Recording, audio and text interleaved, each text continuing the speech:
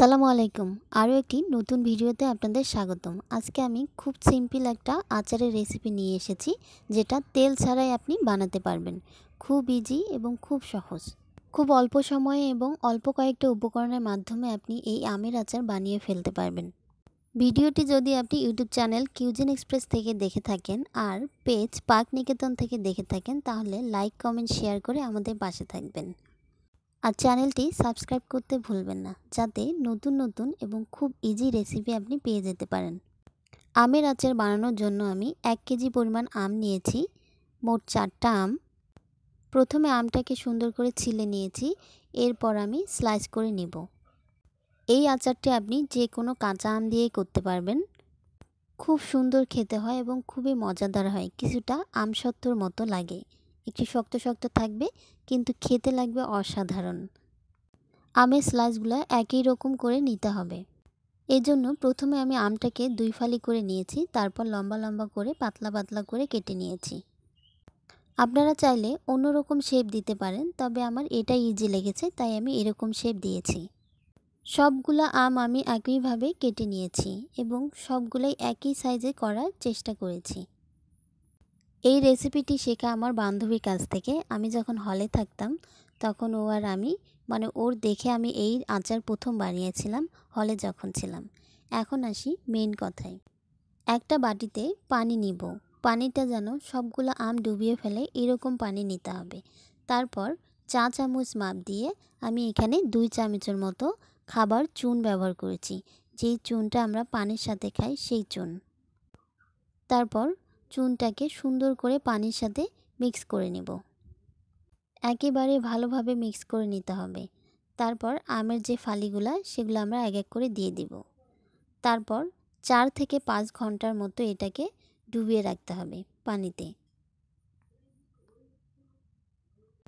4-5 ঘন্টা পর দেখেন আমটা একটু চুপসে যাবে। তারপর ঠান্ডা পানি দিয়ে সুন্দর করে ক্লিন করে নিতে হবে, যাতে চুন লেগে না থাকে বা চুনের পানিও না থাকে। এরপর চুলায় একটা প্যান বসিয়ে প্রথমে আমি পানি দিয়ে নিলাম। এরপর আমি পরিমাণ মতো চিনি দিব। আপনার যদি মিষ্টি ভালো লাগে তাহলে চিনির পরিমাণ বেশি ব্যবহার করবেন। আমি মিষ্টি কম পছন্দ করি তাই একটু কমই নিয়েছি। তবে এই আমের আচার খেতে কিন্তু মিষ্টিই লাগবে। চিনিগুলো গলতে শুরু করলে এখানে আমি দিব তেজপাতা, দারচিনি আর কয়েকটা শুকনো মরিচ। এরপর ভালো করে নাড়তে থাকবো। যখন চিনিটা গলে একদম ঘনত্ব বাড়তে শুরু করবে, আঠা আঠা হবে, তখন আমি আমগুলো দিয়ে দেব। এক এক করে সব আমগুলোই দিয়ে দিব। এই অবস্থায় চুলার পাওয়ার একটু হাই রাখবেন। তারপর এখন সময় নিয়ে কিন্তু ভুনা করতে হবে। আর একটা জিনিস, প্রথম পর্যায়ে আপনারা লবণ ইউজ করবেন না। আমটা যখন একটু চুপসে যাবে বা পানিটা চুষে নেবে, তখন আপনি হালকা লবণ এবং হলুদ গুঁড়ো ব্যবহার করবেন। আর এই আমের আচার বানানোর জন্য আমি কিন্তু কোনো ঢাকনা ব্যবহার করব না। ঢাকনা ছাড়াই এই আমটা এই চিনির শিরার মধ্যে আমি ভেজে ভেজে নিব। সুন্দর একটা কালার চলে আসবে। আপনি যদি এখানে হলুদ ব্যবহার না করেন তাও একটা সুন্দর কালার চলে আসবে। এই সময় চুলার পাওয়ার একটু কম করে রাখবেন আর আস্তে আস্তে ভুনা করতে হবে। আস্তে আস্তে আচারের কালারও চেঞ্জ হওয়া শুরু হবে। দেখতে মাশাআল্লাহ হয় এবং খেতেও অনেক সুন্দর হয়, দুর্দান্ত স্বাদের হয়। বাসায় একবার বানিয়ে দেখতে পারেন। কালার চলে এসেছে, মাশাআল্লাহ অনেক সুন্দর কালার চলে আসতেছে। এই আচারটি আপনি নর্মাল ফ্রিজে সারা বছর সংরক্ষণ করে খেতে পারবেন। আর আপনি যদি বাইরে রাখেন তাহলে একটা জিনিস ইউজ করতে হবে, সেটা হচ্ছে ভিনেগার। এই ভিনেগার কিন্তু আচার সংরক্ষণের জন্য খুবই উপযোগী একটা প্রোডাক্ট, যেটা আপনি ব্যবহার করলে সারা বছর আচার একদম সুন্দর থাকবে এবং খেতেও অসাধারণ লাগে। এই ভিনেগার আপনি যে কোনো মুদিখানা দোকান থেকে পেয়ে যাবেন। ছোট বোতলটা আমি নিয়েছি 60 টাকা দাম। এটা হচ্ছে হোয়াইট ভিনেগার।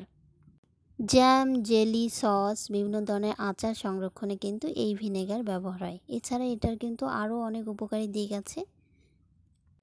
আমার আচারের কালার দেখেন, মাশাআল্লাহ অনেক সুন্দর একটা কালার চলে এসেছে। অলরেডি আমার আচার বানানো শেষ। এখন আমি প্লেটে নিয়ে নিব। একটা বাটিতে করে নিয়ে নিচ্ছি। দেখেন খেতে অসাধারণ হয়েছিল, সত্যি অসাধারণ। বাসায় অবশ্যই একবার বানিয়ে দেখবেন। আর আমাদের ভিডিওগুলো ভালো লাগলে লাইক, কমেন্ট, শেয়ার করে আমাদের পাশে থাকবেন। দেখেন কতটা ইয়াম্মি হয়েছে। সালামু আলাইকুম।